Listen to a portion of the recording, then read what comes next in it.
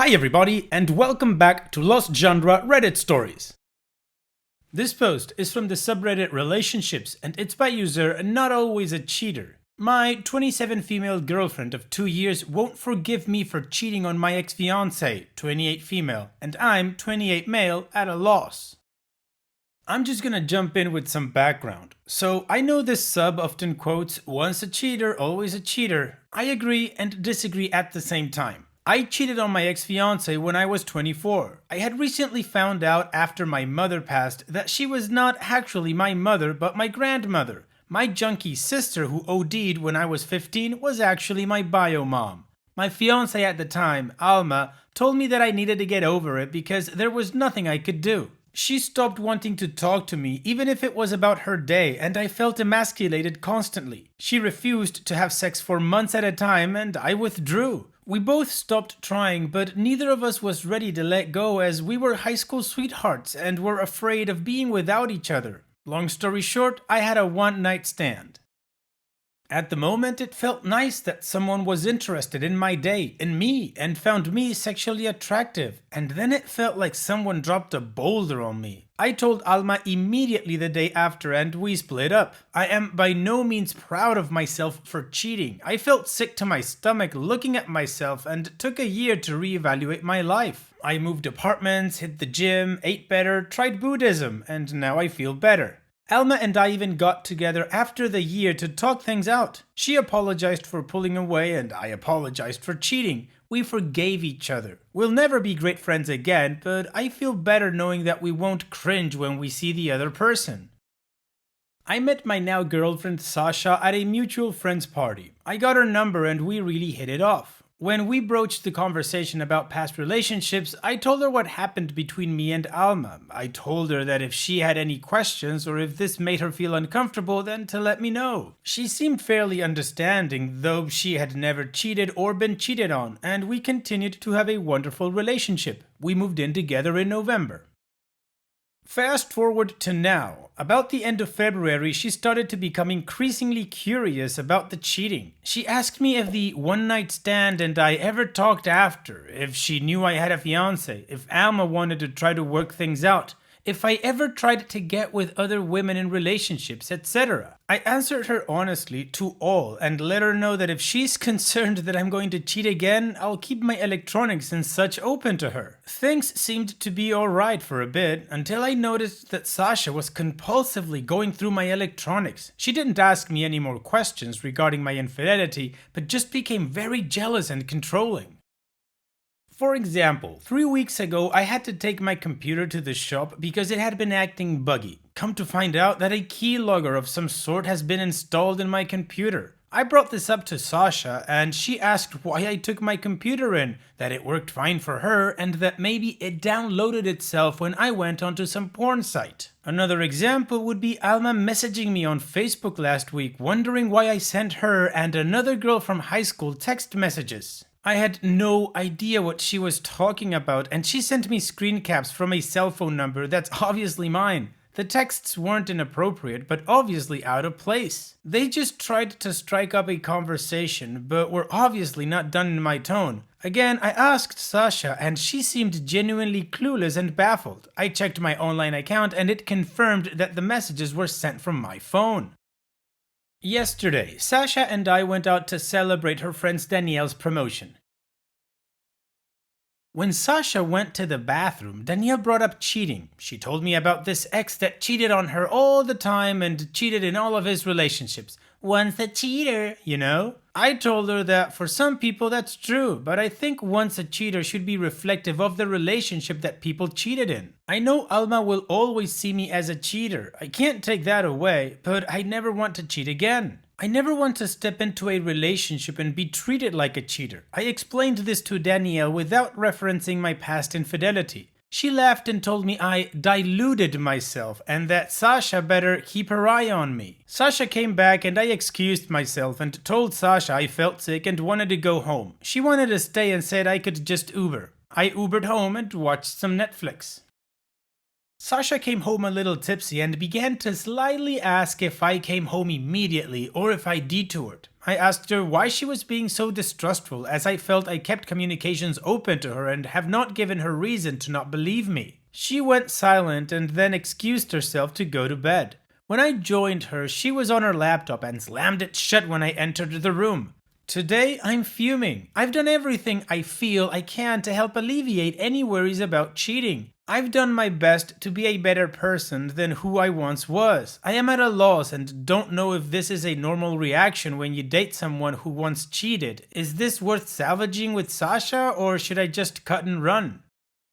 Well, OP, the first thing I would say is please be careful with how much you dilute yourself, because it doesn't sound healthy at all. And regarding your girlfriend, well, she's clearly got some insecurity issues. Personally, I think the out for me would have been the moment I found that keylogger in my computer. That means absolutely lack of trust. Then the crazy messages to your ex and the other girl from high school probing to see if something was there. No, that's too much. Full invasion of privacy, no trust. That's it. I'd be out of that relationship. But just for argument's sake, let's say that her insecurities just got the better of her and all that stuff. You say you've been open and honest about everything, and you've given her access to everything that you own in order for her to be sure that nothing is going on. Still, she cued a friend to get her to probe while she was in the bathroom, because that didn't just happen when she left. And then the question about if you detoured somewhere, come on, that's just too much. You can't live in a relationship with absolutely no trust like that. It's exhausting. Unless Sasha gets some help to get over her insecurities, I'd think this is done. But that's a decision that you gotta make. You know what I would do.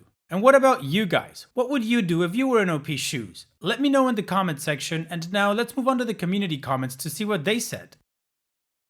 Quite frankly X says, yeah, I feel you bro, I have cheated once in the past and want to be in the clear here on out. She doesn't seem like the type to be worth your efforts to become a better person. If you really love her, it's going to take a while to see this, but the controlling and manipulative behavior she currently is portraying is likely to get worse. I have a girlfriend now that understands and trusts me more from my past of cheating than I ever expected, and I'm grateful.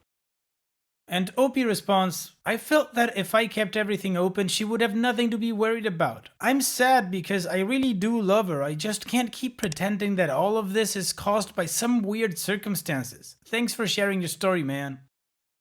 I like your unit says, I don't agree with the once a cheater, always a cheater mantra. Many people find themselves in a situation like you have been in, inexperienced, in a less than ideal relationship, or just simply drunk and impulsive. Most people feel extremely guilty and crappy afterwards, and even if the relationship is unsalvageable, they won't cheat again. I'm only wary of people who seem unshaken by it, or who have done it more than once. Moist says, as everyone else is saying, yes, drop her, she is not good to you. I wanted to comment about your cheating though. I find it really understandable and wouldn't be nearly as worried about that kind of infidelity over the more obvious forms, like lots of one-night stands and casual encounters. I can't say that you were justified in cheating, but it's entirely fair that you needed all this support that your girlfriend would occasionally cut you off of. It's tough breaking up overnight when you've been together so long, and some relationships break over time.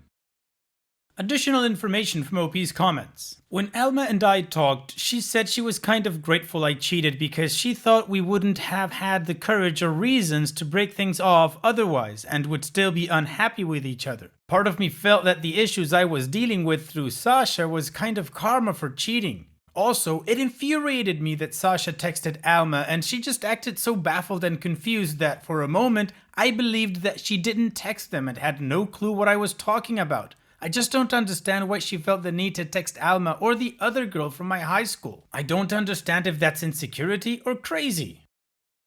I felt that if I kept everything open and reduced lines, then she wouldn't feel the need to cross so many. And about the keylogger, I guess I foolishly hoped that she was right, that somehow I had inadvertently downloaded it. The guy at the computer shop just kind of hung his head when I asked him if it was a possibility. Now, the moment I entered the room after she'd gone to bed, I'm not sure why she slammed her laptop shut, honestly. I might be paranoid now, but I think she was trying to track my movements from the Uber ride from the bar to my apartment. Anyways, I'm going to break up with her. I'm just so tired of hearing once and always. I mean, she doesn't have to approve of my past actions, but at least recognize that I'm not that person anymore. So, breaking up isn't even a question in my mind. I just feel incredibly paranoid about everything now. I'm afraid she's tracking my cell phone, my text messages, and my computer. I'm posting this from my coworker's work laptop. So I need to plan my moves without her catching wind. Maybe I'm just overly paranoid, but I never thought I'd have to deal with a situation like this. She lives at my place, so I kind of just want to box her crap up and tell her to get the F out. But I'm very worried about retaliation on her end. In any case, I own my apartment. We split the pay per month, and I think at this point she's considered a month-to-month tenant, so she would need to be given 30 days written notice. My only concern is that I feel really uncomfortable leaving anything in my apartment with her while she would move out. Maybe I'm being irrational, but I feel that if she's been this obsessive, I wouldn't put it past her to damage my things. I think I'll take a day off of work, leave my phone at my office and spend the day moving my crap into a locker or something. Take the computer to a shop to get it checked again, and then meet her at a public place for an early supper and end things there. I know there will never be a perfect day to end things, but I need to minimize damage as much as I can on my end. Alright, well, I think the community gave OP some pretty decent advice and things to think about, and he made a decision. He's going to break up and he's got a plan. So now, let's move on to the update to see how this plan worked out. So I'm just going to sum things up because there's a lot of detail and it's great for long stories with friends, maybe not Reddit. Sasha told me she was going to visit her mother because there was a health emergency last week. I took her to the airport and immediately moved all my essentials out of my place to a storage locker not far from it. I had my computer and phone scrubbed off keyloggers and trackers. There were several on each. A good friend of mine offered me his spare room until a month is up, as I had to leave a 30-day written notice for Sasha in the apartment. I decided it would be best to wait until she got home to let her know we broke up to not distract her from her family. The day before Sasha was supposed to fly back, I received an eerie Facebook message from Alma. Apparently, for the past couple of days, her home had been messed with. Someone left gates open, tore through screen doors, broke a couple of pots in the yard, and she felt like she was being watched. She asked if there was any chance that I or Sasha was behind all of this. It pained me to say it, but part of me thought Sasha or Danielle might be, as I had no idea where Alma currently lived. I informed her about the keylogger, the trackers, and other issues. Alma asked what kind of car I drove, as she had noticed the same car driving by several times and was now parked at the end of her block. It was not Sasha's vehicle or mine, so I assumed Danielle might be stalking Alma on Sasha's behalf while she was gone. Alma asked if I would come deal with this, as she was very upset to be involved involuntarily in this issue and to at least provide company so she wouldn't be home alone. She gave me her address and off I went. Come to find out, Sasha never boarded the plane. She bought a ticket and turned around as soon as I did. She rented a car and went to stalk Alma, probably in hopes to catch me going back to Alma, which in her eyes happened as soon as I showed up at Alma's place. I arrived and Sasha came bulldozing out of her rented car towards me. She kept screaming at me for cheating on her, that she knew I'd run back to that floozy, that the second she was gone I couldn't keep my penis in my pants. Alma came out of her house at the sound of the screams and Sasha tried to sprint at her. Thankfully, Alma was able to get back into her home and lock the door in time, while Sasha began to hurl things around her yard. The police arrived and took everyone aside for statements. Alma showed pictures of prior damage, photos of the car parked at the end of the block, and Facebook messages between her and me, and I did the same. Surprisingly, it seemed that Sasha didn't deny any of it. She even admitted to stalking Alma's Facebook enough to determine where she lived based on photos. The worst moment was when they put Sasha in the police car. She looked me dead in the eye and told me that what she did for me and our love together. We will be together, she swears. The police officer apologized and said I should start looking into a restraining order as soon as possible. So that's what I've been doing this week. I think I want to be single for some time now. Extended from OP's comments. I told Sasha about my cheating pretty early on. For a while, she didn't seem to be bothered. I would think her friend Danielle didn't help and maybe prodded her, as Danielle engaged in questionable behavior with some of her boyfriends. Nothing illegal, but sometimes unsettling. Sasha really didn't start showing signs of being unhinged until late February. Before that, she was wonderful. She was friendly with a couple of her exes, and she seemed pretty close to perfect. So she wasn't always like this, and that's the hard part. This isn't like breaking up with Alma or other girls. She just completely changed. Sasha assumed I would go over to Alma's house because she thought I would go back to her or have an affair with her. I'm guessing this stemmed from the unprompted Facebook message Alma sent me regarding the weird texts she received. She had no idea Alma would ask for my help. Alma asked for my help because she recognized it was my girlfriend or girlfriend's friend more than likely causing this, due to the dates and new information regarding the tracking. And Sasha has a very distinct feature, so if you saw her Facebook profile, that would be enough to easily point her out in a lineup or in a car that drives by at least 4 times in a day. Anyway, I have no intention of talking to her anymore, and everyone who needs to know has been alerted, like her mom. And so far, the waters have remained calm. I just hope she can get the help she needs, because before she started a tip, she was a genuinely wonderful person. I hope someone helps her find stability in that mindset and not this crazy one. Alma and I decided to completely cut contact with each other for a bit. As far as I know, she's deleted her Facebook. But she's pretty upset over this whole thing. I'm definitely thinking about moving, but still have legal issues regarding Sasha being considered a tenant at my place. I'm retaining a lawyer to help with all of this, so that all my ducks are in a row and I don't leave myself open for anything like this again, and the restraining order is in place. There is no way I'll let her near me. Whoa, well that took a really dark turn. It's a good thing OP's out of that relationship and he's sorting everything out. So on that note, all the best in the future OP, and thank you for sharing. Now I don't know about you, but I definitely need a mood booster, so let's move on with that. This post is from the subreddit Malicious Compliance, and it's by user FretSam25. You want to serve me lamb because you think I hate it? I'll take seconds, Mrs. P.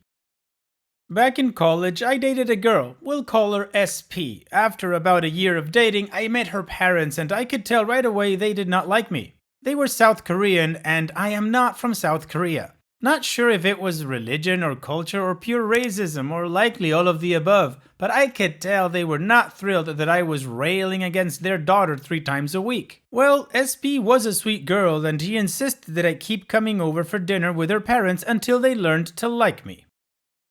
After about the 5th dinner, I noticed that Mrs. P really liked to make lamb. What's strange is that of all foods, I despised lamb the most. I had a bad childhood experience with it, and eating it would send shivers down my spine. SP knew this, and when I brought it up with her, she awkwardly acknowledged that she had told her mom about my dislike of lamb. I'm just glad I didn't have any deadly food allergies. Mrs. P was trying to drive me off with gamey meat. At first, I was really insulted. Then I realized how silly it was, both for her to try to attack me with food, but also for me to be this vulnerable to a dish. So, I decided to learn to like lamb. I would order it every chance I got. I learned how to cook it myself. I trained myself to first tolerate it, but then to actually like it. It took about 3 months of trying, but at the end of it, it was just another meat to me. It still wasn't my favorite food, but it no longer made me feel sick when I ate it. So then, it was finally time for another family dinner at Mrs. P's. Guess what? She made lamb chops. What a coincidence! I ate so much lamb that night, kept asking for seconds until there was no more leftovers. I could visibly see the frustration on Mrs. P's face. After that night, Mrs. P lost her interest in serving me lamb. They never did learn to like me, and I eventually broke up with SP for other reasons. However, I'll always be grateful to Mrs. P for making me overcome my dislike of lamb. I just hope cooking so much lamb made her start to despise it as much as I used to. Well, OP, I guess you took exposure therapy to the next level. Good on you. Thanks for sharing. And it's that time that we've reached the end of the video. I hope you enjoyed today's stories. I really did enjoy reading them to you. So if you did, then don't be shy and go ahead and give the video a like. And don't forget to subscribe, or even share this video with people that you might think will enjoy my storytelling. Also, if you have the time, go down to the video description and check out all the links I have for you, from our Discord community to my channel merch. And finally, I'd like to say thank you for watching. It really means a lot to me that you enjoy my videos. And having said all that, I'll see you guys in the next video.